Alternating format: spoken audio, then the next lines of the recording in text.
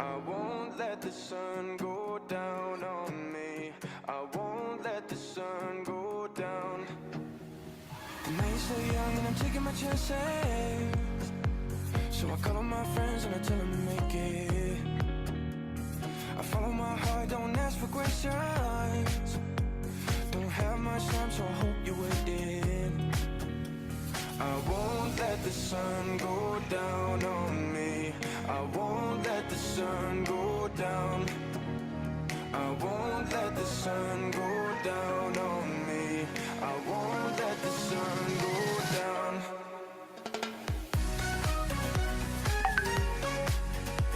I won't let the sun go down on me. I won't let the sun go down. It feels alright to be wild and reckless, 'cause a life like mine is always restless. If I tell you what I really think of you, would you wanna try your love with something new?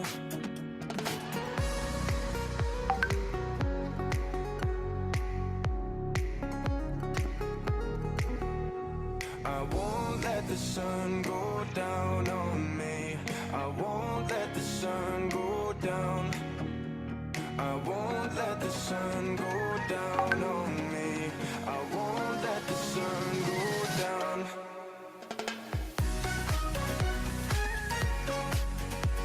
I won't let the sun go down on me. I won't let the sun go down. I pray the sun don't go down. I pray the sun don't go. I pray the sun don't go down. I pray the sun don't go down.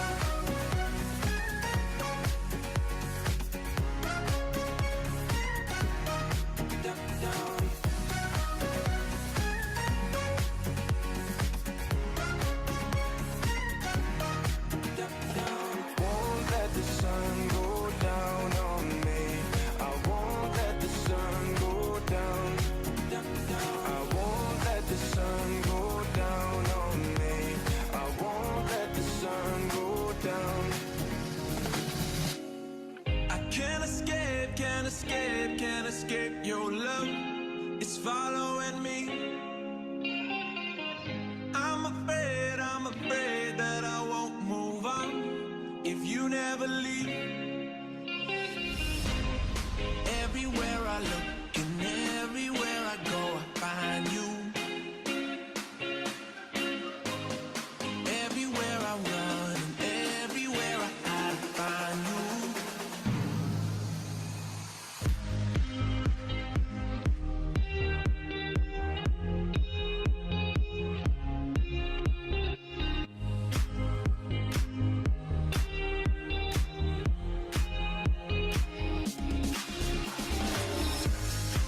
Everywhere I look and everywhere I go, I find you.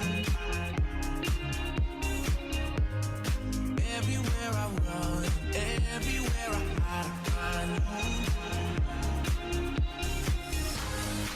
Everywhere I look and everywhere I go, I find you. Everywhere I run, everywhere I hide, I find you.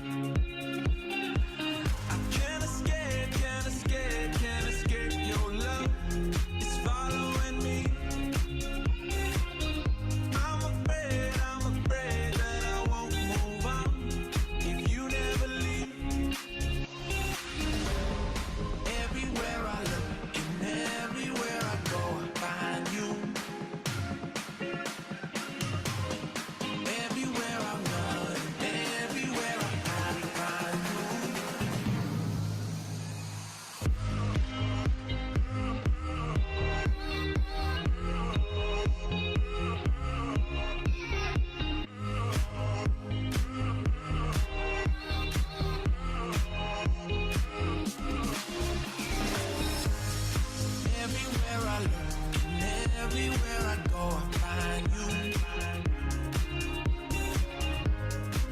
Everywhere I run and everywhere I hide, I find you. Everywhere I look and everywhere I go, I find you. Everywhere I run and everywhere I hide, I find you.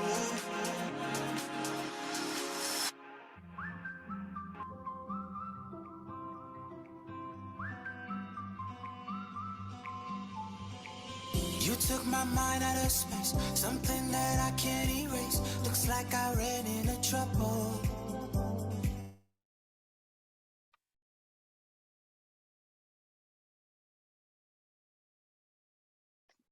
Muy buenas noches.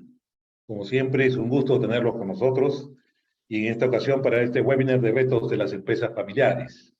Nos honra con su presencia el magíster César Cáceres Dañino. Él es máster en la Dirección de Empresas de la Universidad de Piura, director jefe del Centro de Investigación de Empresas Familiares y además es docente de esta universidad. Es autor de distintas publicaciones y notas nacionales e internacionales sobre emprendimiento, innovación, diseño organizacional y administración en general. Es miembro de la Fundación Más Familia, organización sin ánimo de lucro y de carácter benéfico, que busca aportar soluciones innovadoras y altamente profesionales para la protección y apoyo de la familia. Sin más, dejo con ustedes a este dignísimo magíster, el señor César Cáceres Dañino. César, bienvenido y adelante. Muchas gracias, Eduardo. La verdad que para mí es un gusto poder estar esta noche con ustedes, ¿no? Con todos los miembros de APECOSE, ¿no? De SEG, y poder hablar un poquito de lo que yo hago, de lo que me gusta, investigar y tener relación con las familias empresarias, ¿no? Yo he preparado una presentación. Me gustaría que ustedes vayan haciendo sus preguntas, ¿no? En el icono de preguntas y respuestas, cosa que al final de la presentación podemos ir respondiéndolas, ¿no? Comparto con ustedes esta presentación que hemos preparado. Bueno, lo que nos convoca es la empresa familiar, ¿no? Y una bonita pregunta es, ¿qué cosa es la empresa familiar, no? ¿Cuándo se le llama a una empresa familiar?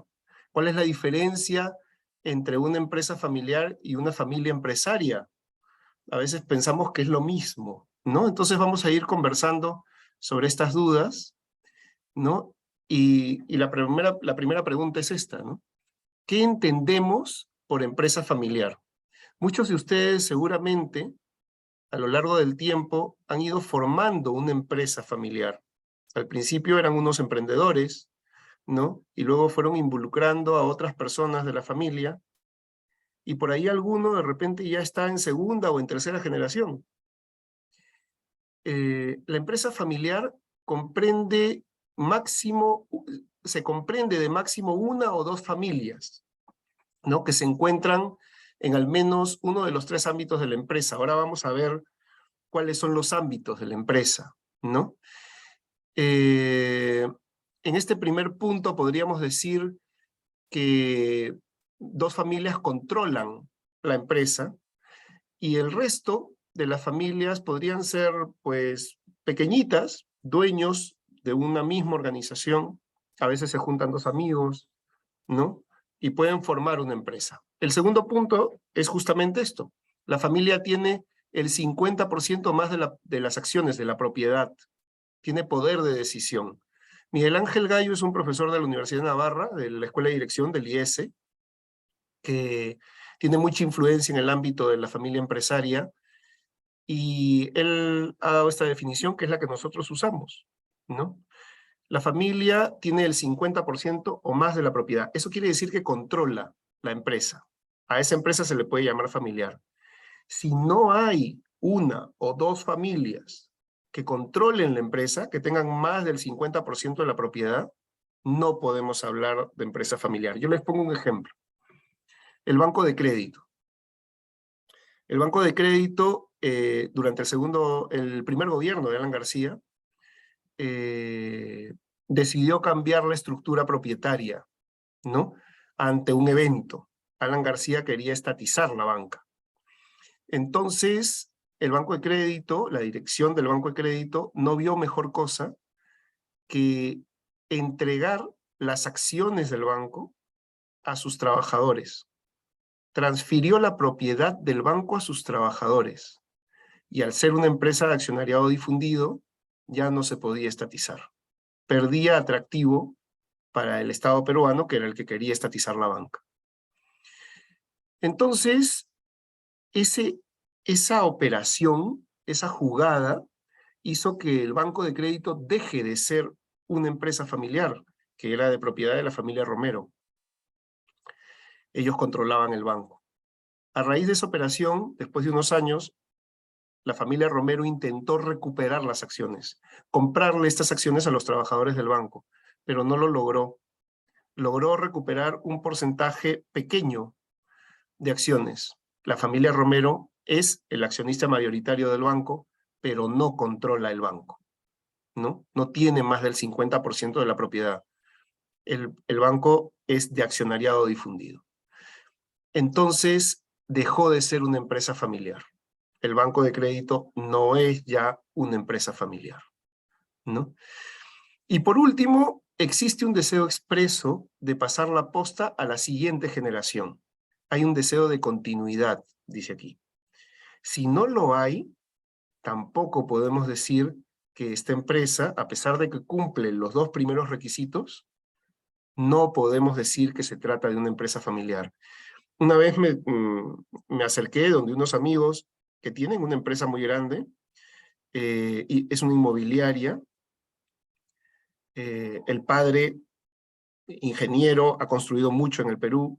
El hijo sigue con el mismo rubro, con su propia empresa. Y un día me acerco a él y le digo, oye, estoy haciendo una encuesta a las empresas familiares, no sé si tú te animas a llenar la encuesta. Y me dice, pero es que mi empresa no es familiar.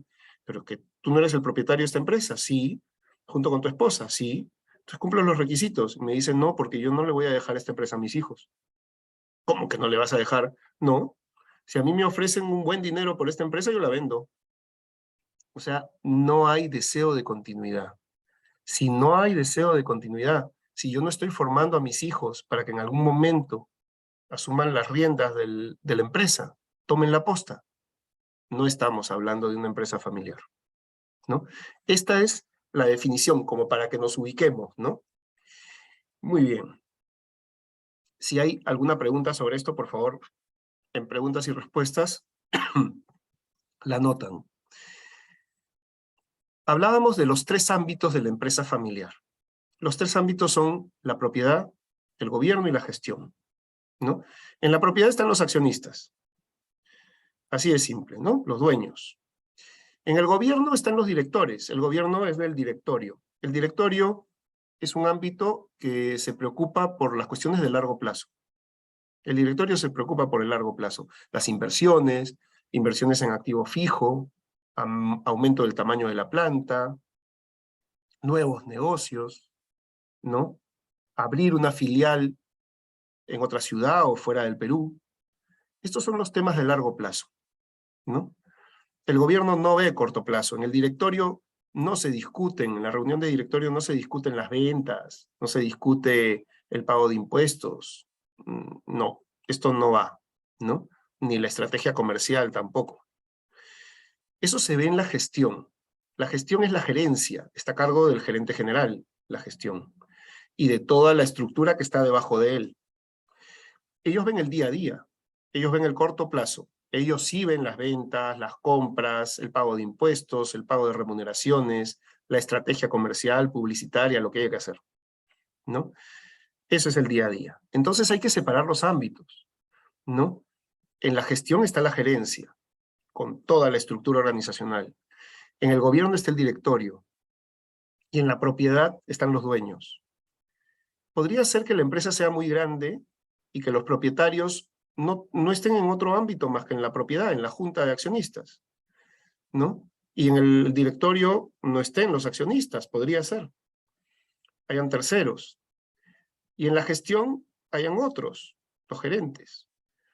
O podría ser que la empresa sea más pequeña y que la gente se repita. El gerente general es miembro del directorio y miembro de la junta de accionistas. En el Perú puede que haya o no haya directorio en las empresas. No todas las empresas tienen directorio, ¿no? Es deseable tenerlo, pero no todas necesitan tenerlo. ¿Bien? Si tienen preguntas, las pueden poner en preguntas y respuestas. Entonces, esta es como una especie de una foto de cómo estamos, ¿no?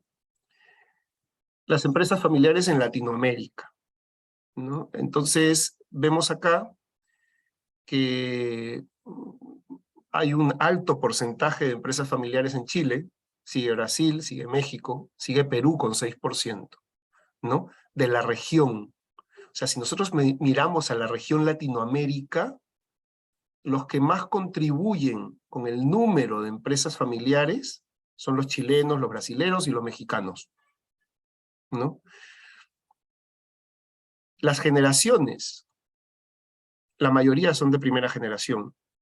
Esto se confunde con el emprendimiento o con un emprendedor. No queda claro si realmente esta es o no una empresa familiar, porque hay una generación a cargo. Los fundadores, la primera generación, 48%, la mitad. La segunda generación, no, perdón. Esta es la segunda generación. La primera generación, ven el verde más oscuro, 18%. Me he equivocado. La segunda generación es la mayoría, 48%. Estamos hablando de región, ¿eh? Latinoamérica, no de Perú. Tercera generación, 26%, ¿no? Cantidad de empleados, lo que está acá abajo. La mayoría tiene el 26%, o sea, menos de 100 empleados, 26%. La mayoría, entre 100 y 2.000 empleados, o sea, empresa mediana, 52%. Gran empresa, 22%. Cuando hablamos de empresas familiares en Latinoamérica, principalmente hablamos de mediana empresa. Principalmente. Principalmente hablamos de segunda generación, ¿no? Muy bien. Y el director ejecutivo de la empresa, estamos hablando, el director ejecutivo es el gerente general, ¿no? Porque es ejecutivo. ¿Es o no es de la familia? En el 79% de los casos es de la familia, ¿no? Solo en el 21% de los casos, la quinta parte, ese señor, el gerente general, es un tercero que no es de la familia. ¿Bien? Muy bien. Esta es la característica que más se repite de la empresa familiar, ¿no? Las características de la empresa familiar en Latinoamérica.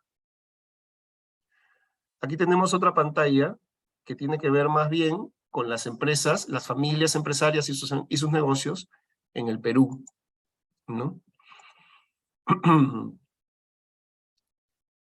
A ver, quiero hacer un alto, voy a cambiar de pantalla, y tengo una pregunta en preguntas y respuestas, que dice, el definir los puestos de director entre miembros de la familia no genera una problemática a futuro.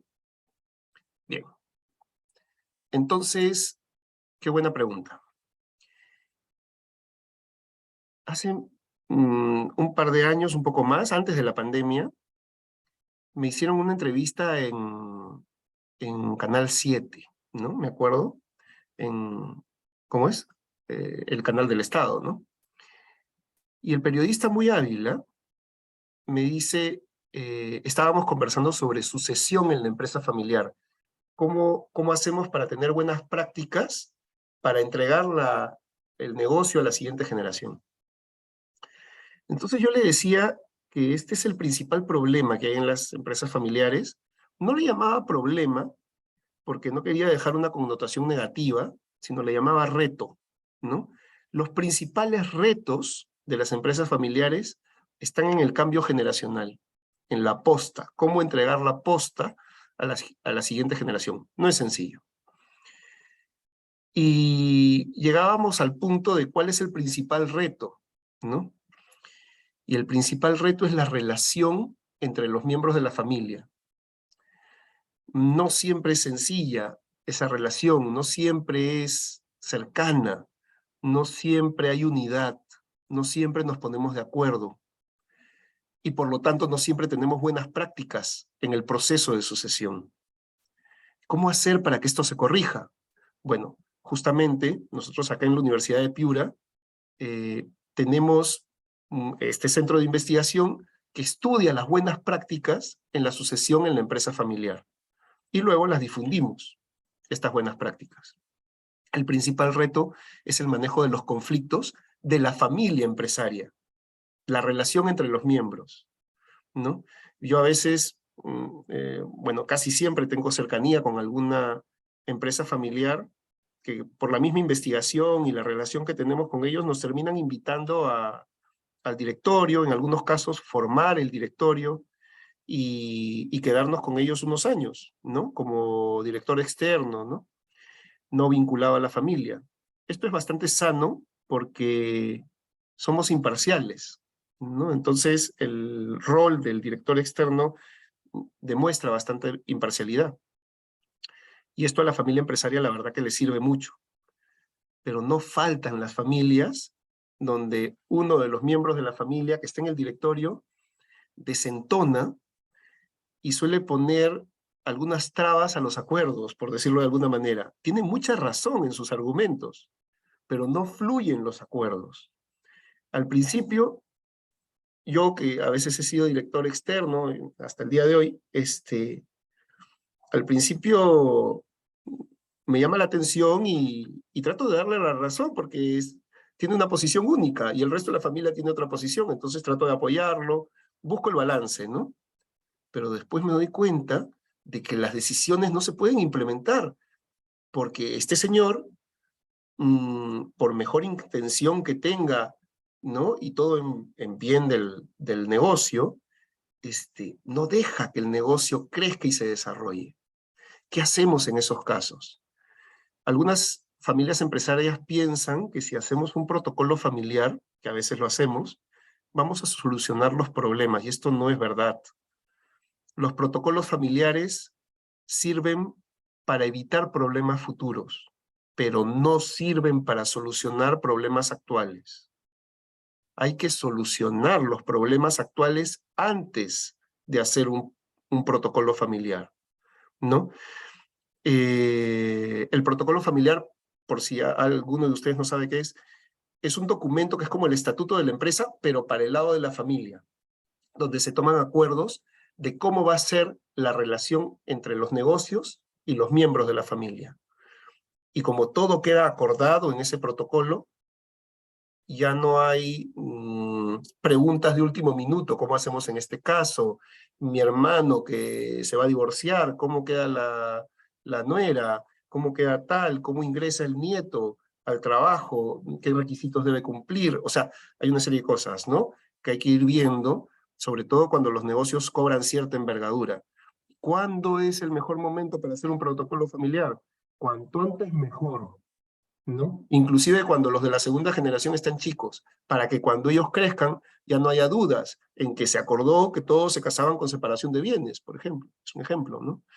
Si yo sorprendo a la familia, a un hijo que se va a casar el próximo mes, con que el padre le dice, oye, por si acaso, acabamos de acordar que te tienes que casar con separación de bienes, a veces es muy tarde ya, ¿no? Entonces, inclusive podría ser una causa de que el chico ya no quiera casarse, ¿no? O la nuera. Entonces, estos temas van ahí. Los conflictos son el principal reto que tienen las empresas familiares, ¿no? Hay otra pregunta. En el cuadro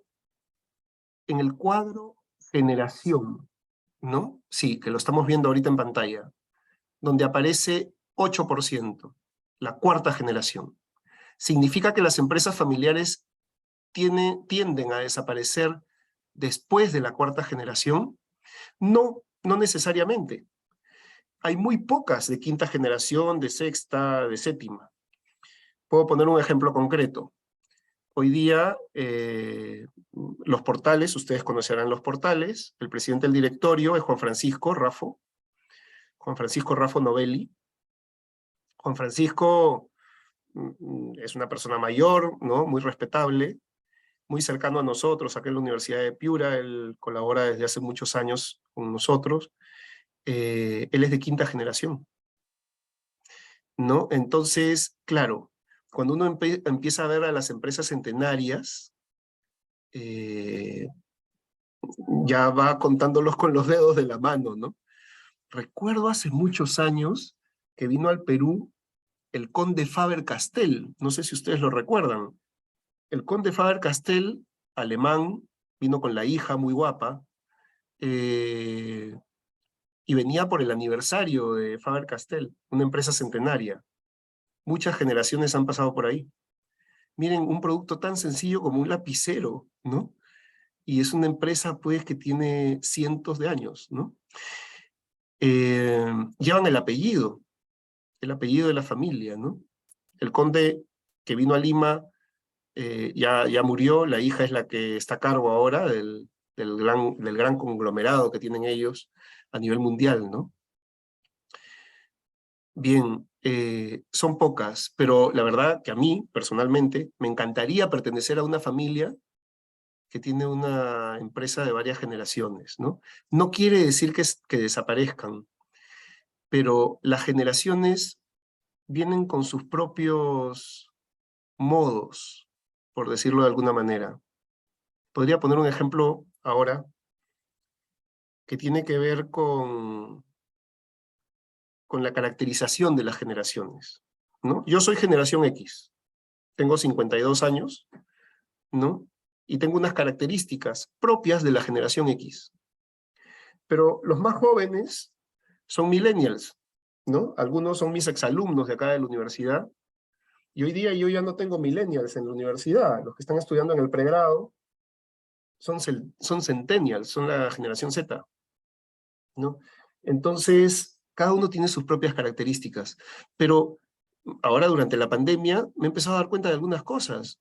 Yo no soy nativo digital, yo aprendí la virtualidad, tuve que adecuarme a webinars como el que tenemos ahorita, tuve que aprender a que sea entretenido, muchas cosas, ¿no?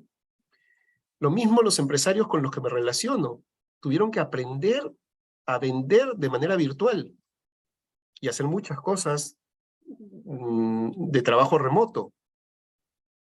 Pero los de las siguientes generaciones, los millennials, estos hablan ese lenguaje, el lenguaje de la virtualidad. Son nativos digitales, entienden mejor el mercado, conocen los gustos y las preferencias. Entonces el gran consejo es empresarios de la generación X o baby boomers, un poco mayores que nosotros, involucren a los millennials en el negocio familiar. Va a ser un éxito el negocio familiar. No se desliguen ustedes, que tienen experiencia, criterio de decisión. Probablemente los jóvenes, los más jóvenes, no tengan ese criterio desarrollado, ¿no? Definitivamente no tienen la experiencia, se pueden equivocar, pero ahí están ustedes. Pero involúcrenlos en cargos de responsabilidad. Entonces ahí entrarán las siguientes generaciones mientras ustedes estén a cargo. No hay que esperar a morir para que entre la siguiente generación en la empresa y para que asuma responsabilidades, ¿no? No sé si con esto te respondo la pregunta, pero no es que aquí termine, no es que termine en cuarta, lo que pasa es que después es más chiquita y no es tan representativa, ¿no? Bien. Entramos en esto, ¿no? Familias empresarias en Perú. Miren ustedes, acá en la parte de arriba vemos como dos columnas, ¿no? Familia y empresa. La familia dice, el 45% es generación actual liderando el negocio. ¿Y cuál es la generación actual liderando el negocio? La primera generación. Siempre será importante el porcentaje de primera generación, que son los que ponen el negocio. El Perú, en especial, es un país emprendedor, ¿no? El peruano es creativo, el peruano no se queda sin trabajo, se quedará sin empleo, pero sin trabajo no se queda. Entonces, hace empresa. Y ahí está ese 45% de primera generación, son los emprendedores, ¿no? 53% entre segunda y tercera generación. Hemos juntado dos generaciones, 53%. Y de la cuarta a la séptima, 2%, ¿no? Después de la séptima ya hay muy poco, no es representativo. El 54% de las familias encuestadas afirma que actualmente la gerencia general y la presidencia recae en la misma persona. Eso quiere decir que estamos hablando de empresas que no son grandes. Pueden ser pequeñas o medianas, ¿no? Para que el mismo cargo esté en la presidencia y en la gerencia general. La presidencia de la junta o la presidencia del directorio puede ser, ¿no? Y el 19% tiene mujeres a cargo de la empresa. Esta cifra está bien alta, les cuento. Hace algunos años, esa cifra no pasaba de un dígito. Y últimamente el Perú se ha modernizado bastante, ¿no? Y esto está bien, es sano, porque la influencia de la mujer en la empresa tiene unas características que nosotros, los hombres, no podemos replicar, ¿no? La naturaleza de la mujer es diferente. No estoy haciendo una arenga a la mujer. Hemos hecho un estudio, ¿no? Hemos hecho varios estudios de la mujer en la empresa familiar. Un estudio muy interesante que es la mujer como copiloto al costado del esposo y que es la que empuja al esposo a que sea brillante en la empresa familiar. Y hemos hecho otro estudio de la mujer como líder en la empresa familiar. Yo ahorita estoy trabajando de manera muy cercana con una gran empresa peruana, líder en su sector, donde la presidenta del directorio es mujer, ¿no? Y ellos son 4 hermanos, 2 hombres, 2 mujeres, y en este momento la presidenta del directorio es una de las hermanas mujeres, y la verdad es que yo me quito el sombrero, ¿no? Tiene muchas habilidades, mucha firmeza en las decisiones, poco influenciable por los demás. Yo creo que estos son virtudes, ¿no? Que hay que imitar, ¿no? Pasamos al siguiente nivel, ¿no? Que es este de acá, el segundo. El 36% de las familias empresarias en el Perú y de las empresas cuenta con un acuerdo de familia, un protocolo familiar, el que hablábamos hace un momentito. Yo no sé si este 36% representa realmente a las empresas que tienen un buen protocolo familiar y lo viven, o lo tienen porque está de moda tener un protocolo familiar, ¿no? Muchas de ellas han invertido mucho dinero porque es caro tener un protocolo familiar, lo tienen y ahora lo han guardado en la biblioteca como si fuera un bonito libro, ¿no? Y no lo viven. Esto es una pena, no debería pasar eso. El protocolo está para vivirse. En algunas otras empresas, la verdad que se pusieron de acuerdo en hacer el protocolo, lo hicieron bien, hubo un buen acompañante para la confección del protocolo, pero resulta que hay conflictos latentes al interior de la familia que hacen imposible que se viva el protocolo. Se desconocen los acuerdos del protocolo. Y esto es otra pena, ¿no? Hay que solucionar esos conflictos antes de hacer el protocolo, porque si no, se van a desconocer los acuerdos. El 74% de los acuerdos, de familia, del protocolo familiar, fueron firmados entre el 2011 y el 2019, justo antes de la pandemia terminó, ¿no? Fue esta una década en la que estuvo muy de moda hacer protocolos familiares, y ahí es donde se firmaron los protocolos. Hoy día ya es un poco más ecuánime el asunto, ¿no? Ya se ha desinflado un poco. Y las empresas que piden acompañamiento para hacer el protocolo familiar son bastante puntuales. Ya no es tan masivo como fue en algún momento, ¿no? Hay que tener mucho cuidado quién nos acompaña a hacer el protocolo familiar, ¿no? Si ustedes quisieran, inclusive podrían googlear y bajarse un modelo de protocolo familiar de internet y tratar de calcarlo, por decirlo de alguna manera, ¿no?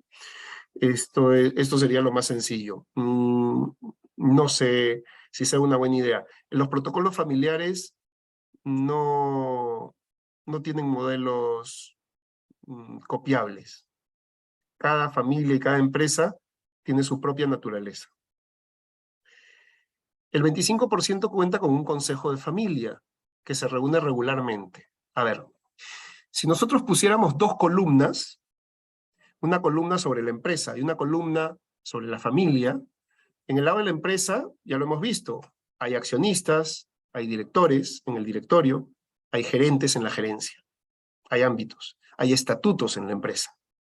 En el lado de la familia toda, completa, ¿no? De todas las generaciones, forma lo que le llamamos la asamblea familiar. Todos los mayores de edad, miembros de la familia, tienen derecho a pertenecer a la asamblea familiar. Pero la asamblea familiar no puede gobernar. Si bien es el ente máximo en el lado de la familia, no puede gobernar porque son muchas personas, si es que la familia es grande, ¿no? Entonces, la asamblea familiar elige un consejo de familia, que son 4 o 5 personas, generalmente número impar, que representa a la asamblea y tienen potestad de tomar decisiones en nombre de la asamblea. Para eso se les elige, ¿no? Es sano que un consejo de familia dure 3 años y a los 3 años rote, a no ser de que sean muy buenos y se les reelige, ¿no? La asamblea familiar es la que elige al consejo, a los miembros del consejo.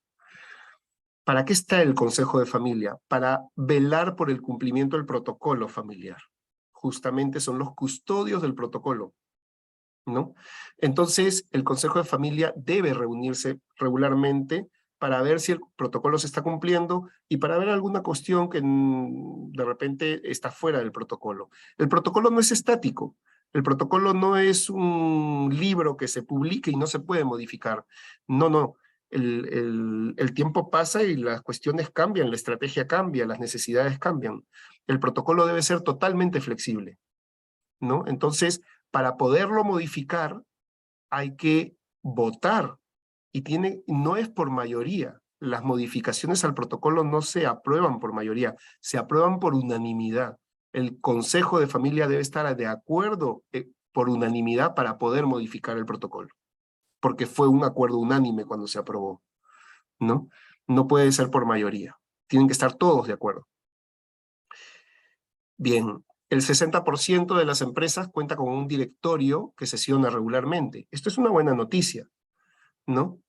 En el Perú, solo el 40% de las empresas no tiene directorio, ¿no? O sea, la mayoría lo tiene.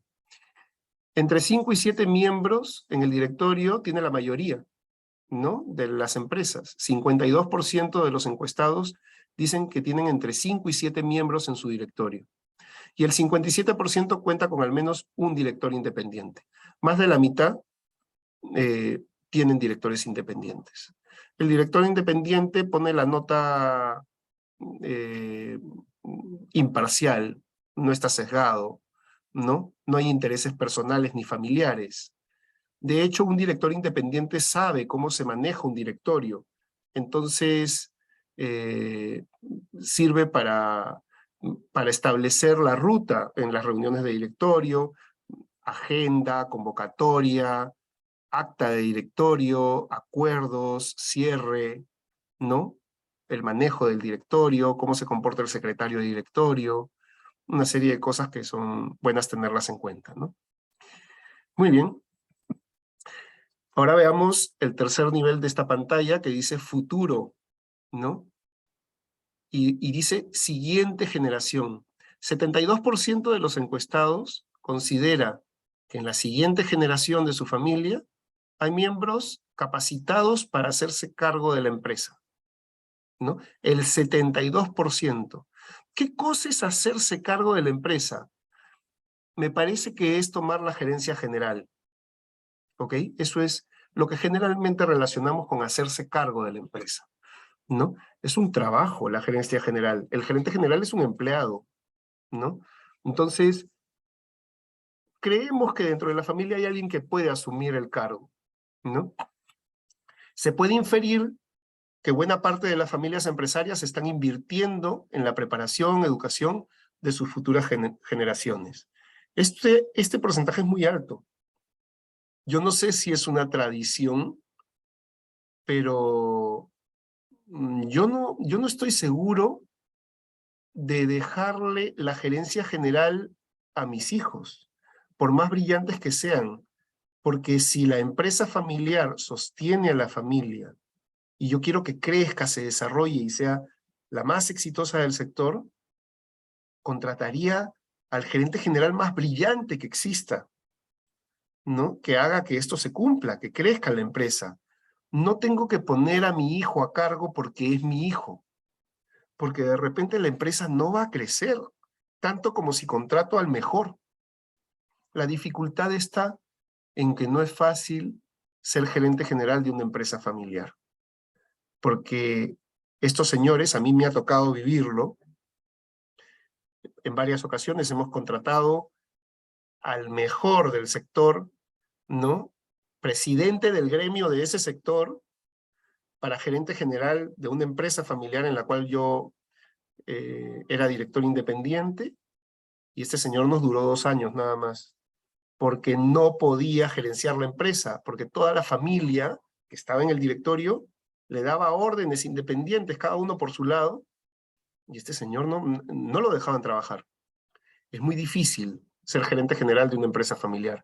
Hay que educar a los propietarios, hay que educar a los directores para darle autonomía al gerente general, ¿no? Y el tema del impacto. 63% de las familias empresarias tiene una fuerza laboral superior a los 100 colaboradores, ¿no? Ya estamos hablando de mediana empresa. Y 24% de ellas superan los 500 trabajadores. Entonces, ¿recuerdan los datos latinoamericanos? ¿No? El 63% es empresa mediana en el Perú, cuando hablamos de empresa familiar. La mayoría son medianas empresas. 3.2 empresas familiares tienen en promedio cada familia empresaria. La familia empresaria no tiene en promedio en el Perú una empresa familiar. Tienen 3.2 empresas en promedio, ¿no? O sea, y muchas veces de distinto giro de negocio. Diversifican el riesgo las familias empresarias. Me parece que hay una pregunta. Justamente por ahí vienen los conflictos. ¿Cómo ser justos en términos de participación en una empresa familiar? ¿Cómo ser justos?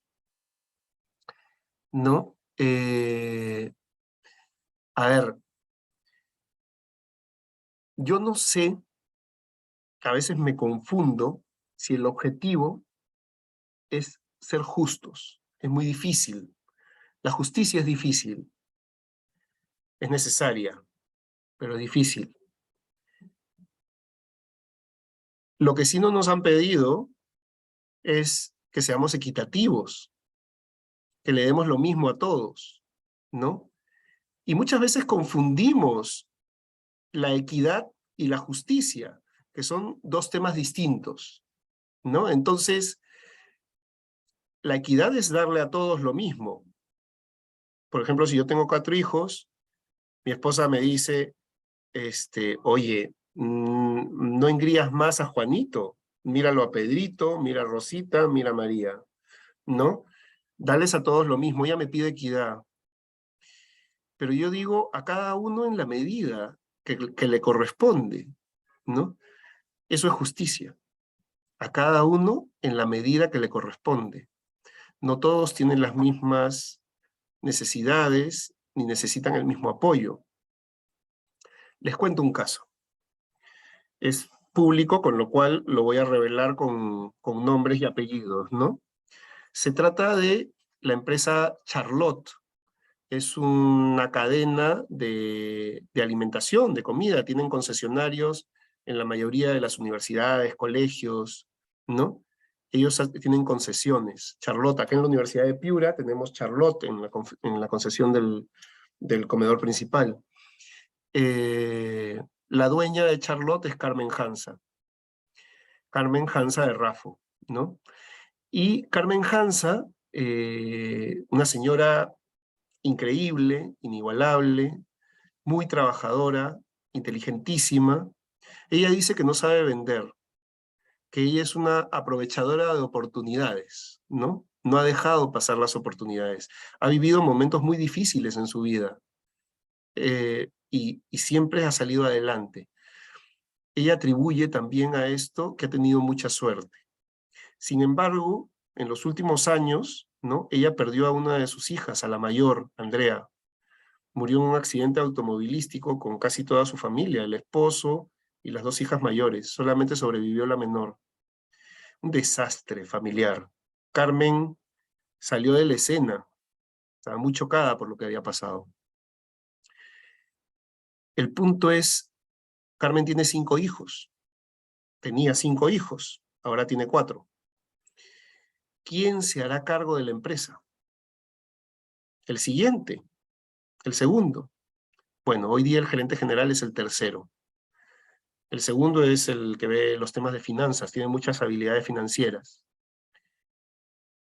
Qué difícil elegir al tercero como el sucesor, ¿no? Cuando la tradición te dice que debería ser el mayor, ¿no?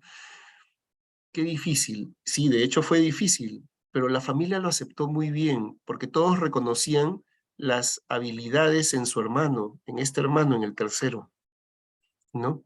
No necesariamente el mayor tiene que ser el que asuma las riendas del negocio, ¿no? Lo que pasaba es que el tiempo pasaba y Carmen no se atrevía a comunicarlo.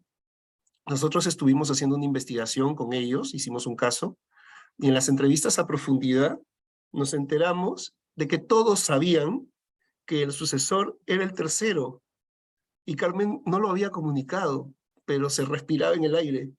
Y todos lo dijeron en la entrevista. Era un secreto a voces, ¿no? Qué gracioso esto, ¿no? Y nosotros le dijimos a Carmen después, oye, Carmen, todos saben cuál es tu decisión, a pesar de que no la has comunicado. Así que no va a ser difícil comunicarla, ¿no? Y esto se da naturalmente en las empresas familiares. Bien. Es difícil ser justos, ¿no?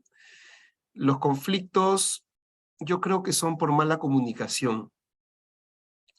Si tenemos suficiente comunicación, no habrá conflicto. Al conflicto no hay que darle la espalda, porque crece como una bola de nieve. No hay que dejarlo pasar. Tampoco hay que tratar de liquidarlo con una bazuca, ¿no? No se puede, el conflicto no desaparece. Si nosotros nos movemos, el conflicto nos persigue.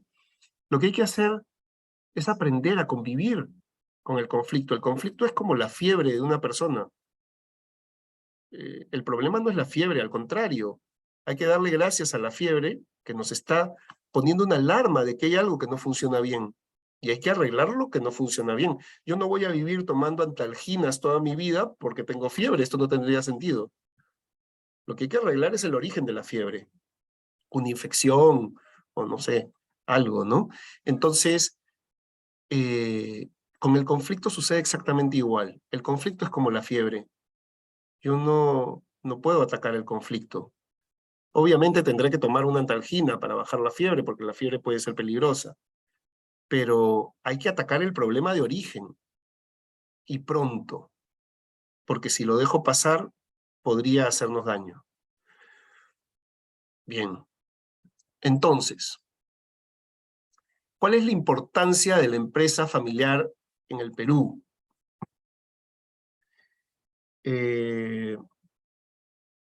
No sé cómo estamos de tiempo. Iván, tú me dirás. Sí, Yo no hay creo que estamos problema. bien. Podemos continuar. Podemos continuar. Tú me avisas y me dices, oye, ya demasiado aquí para...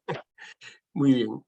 Entonces, ¿cuál es la importancia de la empresa familiar en el Perú?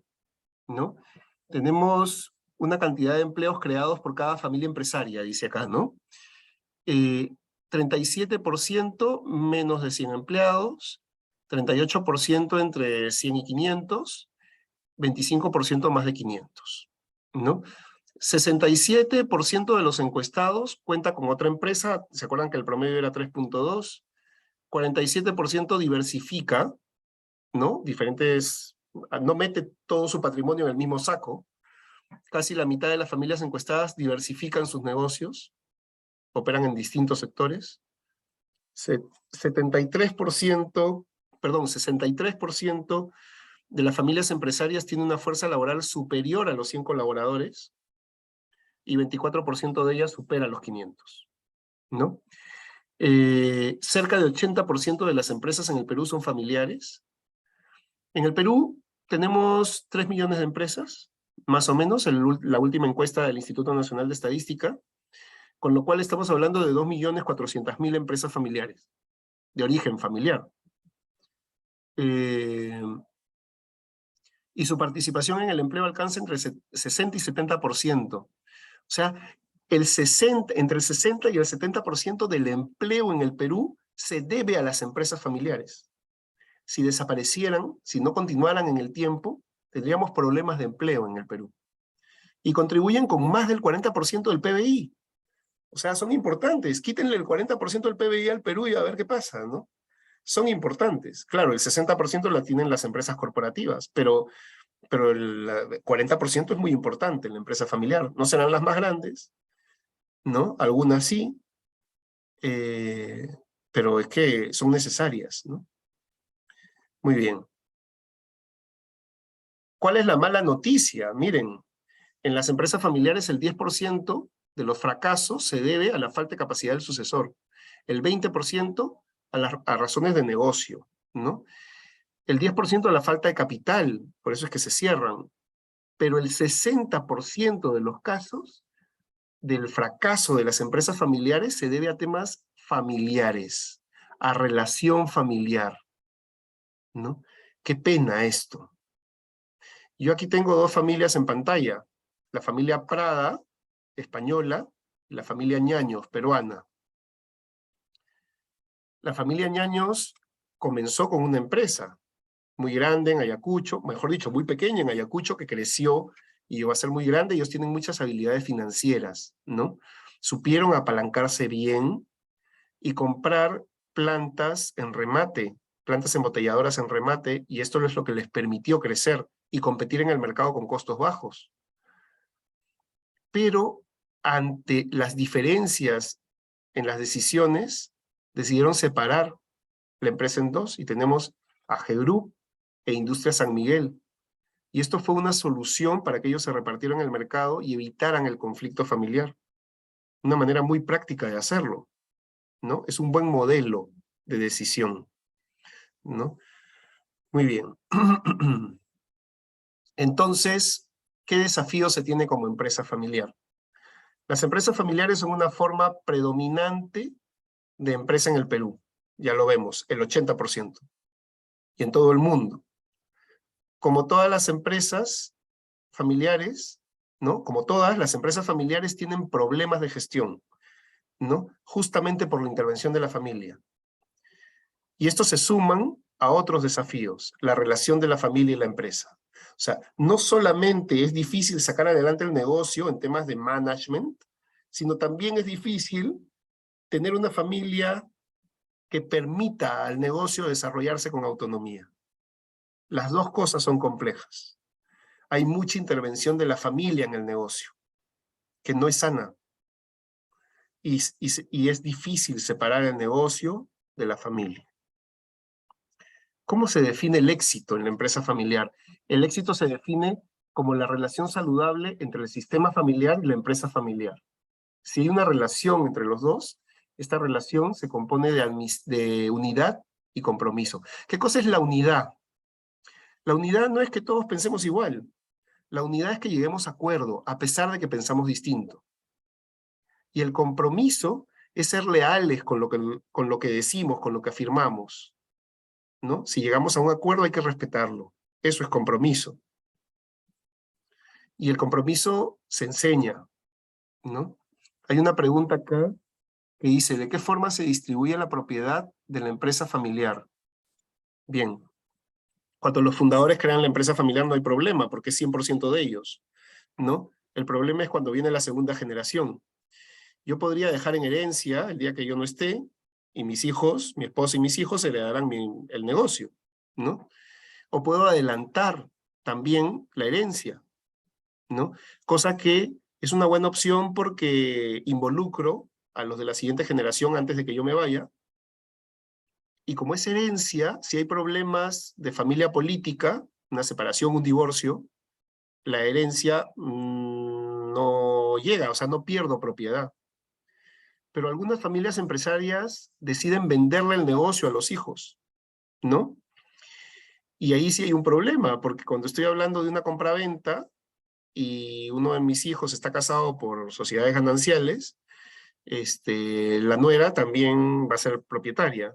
Y el día que se separen, se divorcien, y la nuera se vuelva a casar, es que el nuevo esposo va a ser propietario de mi negocio, ¿no? Entonces hay que tener mucho cuidado con las decisiones que se toman a la hora de decidir cómo va a ser la conformación del patrimonio de la empresa familiar, ¿no? Hay que tener un buen asesor ahí. Bien. Acá están los dos sistemas, ¿no? Hay una lógica de equidad en el sistema empresarial y una lógica de donación en la familia. La familia suele ver aspectos emocionales, necesidades de la familia, estabilidad, esos son los objetivos. Pero en la empresa no, en la empresa lo que me interesa son los resultados del negocio, el manejo del cambio, las necesidades que hay en la empresa. Pero hay que buscar el equilibrio entre ambos sistemas, ¿no? Si hay desbalance, no es bueno para el futuro de la empresa. Debe haber balance entre el sistema empresarial y el sistema familiar. Ni uno más poderoso, ni otro más poderoso, ¿no? Para abordar las empresas familiares, una estrategia no es solo brindar beneficios a la empresa en sí, sino a los miembros de la familia, ¿no? Ya sea que formen parte de uno de los tres ámbitos, ¿se acuerdan de los tres ámbitos? Propiedad, gobierno y gestión, ¿no? Miembros de las primeras generaciones ya jubiladas, o de las últimas generaciones, los jovencitos de la familia, además de proteger el patrimonio empresarial así como el familiar. No hay que mezclar el patrimonio. Hay familias empresarias que dicen, no me voy a pagar sueldo porque esto le genera un gasto adicional a la empresa, porque los beneficios sociales, así que yo no me pago un sueldo, me pongo una cosa simbólica, y más bien los gastos familiares los asigno a la caja de la empresa. Y así es mejor porque pago menos impuestos, ¿no? Porque tiene más gasto la empresa.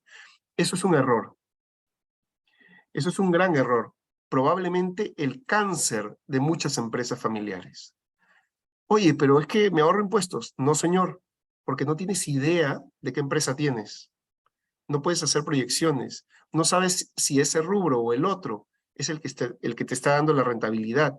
Se desfiguran las cifras. No puedes crecer en tu estrategia. Lo mejor es separar los flujos de dinero de la familia de los flujos de dinero del negocio. Esto es sano, esto es transparente. Eso me dice realmente si mi negocio es rentable o no. Y ahí yo puedo montar una estrategia y voy a poder crecer naturalmente y voy a poder tener créditos bancarios para apalancarme bien, etc. Este modelo a mí me gusta mucho, el modelo de los tres círculos. Acá tenemos a la empresa, acá la familia y acá la propiedad, ¿no? Miren las intercesiones. O sea, familiares que son propietarios están aquí, ¿no? Trabajadores de la empresa que son de la familia están aquí. Propietarios que trabajan en la empresa están aquí, porque no necesariamente los propietarios son de la familia. ¿Y quiénes están aquí en el centro? Justamente aquellos propietarios que son de la familia y pertenecen a la empresa, ¿no?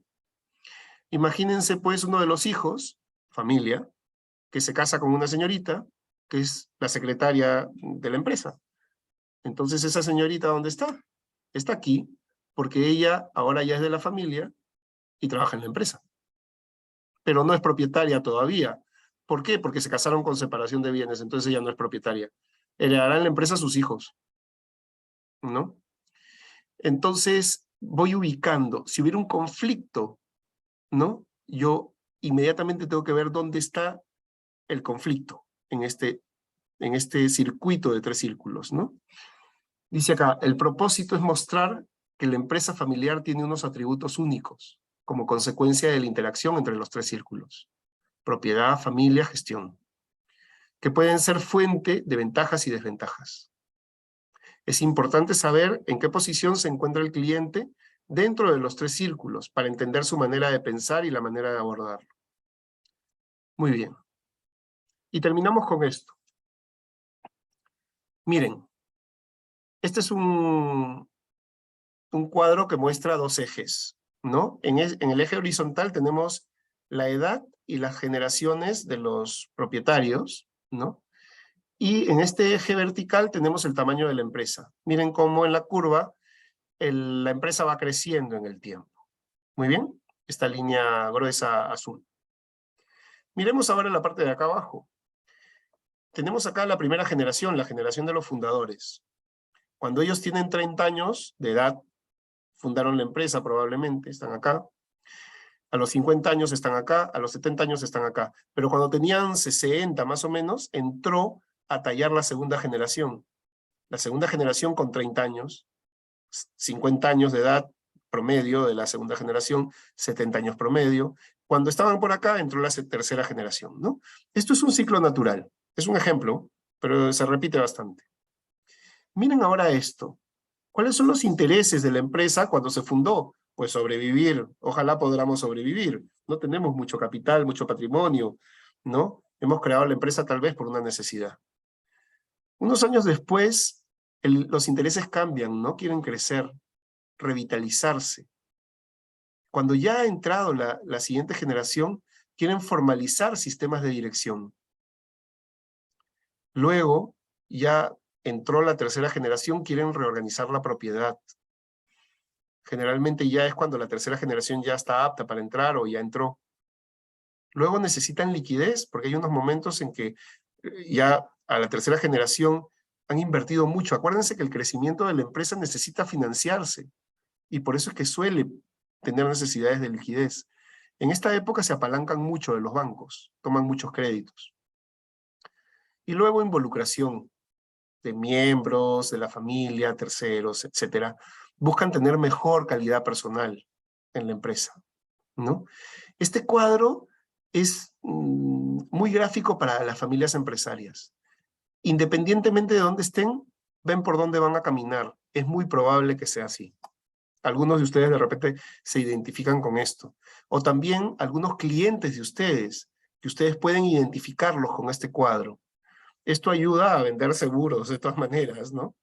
Entonces, no solamente hay que dirigirse al negocio para facilitarles la adquisición de un seguro, hay que ver a la familia empresaria también, ¿no? La venta cruzada, bueno, estos temas que ustedes manejan muy bien. Y listo. A ver, no sé si hay una pregunta más. ¿Hay datos sobre qué tipo de rubro abarcan más empresas familiares?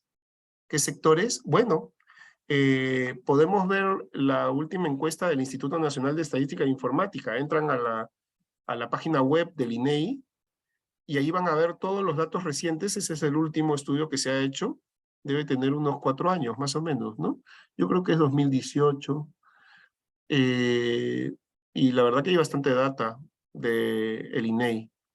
Hay un estudio muy bueno, el más completo que se ha hecho en el Perú sobre empresas familiares, que es de la Cámara de Comercio de Lima, con fondos del Banco Mundial, pero es del año 2010, o sea, ya pasaron 12 años, no está muy actualizado y no hemos vuelto a hacer un estudio como ese.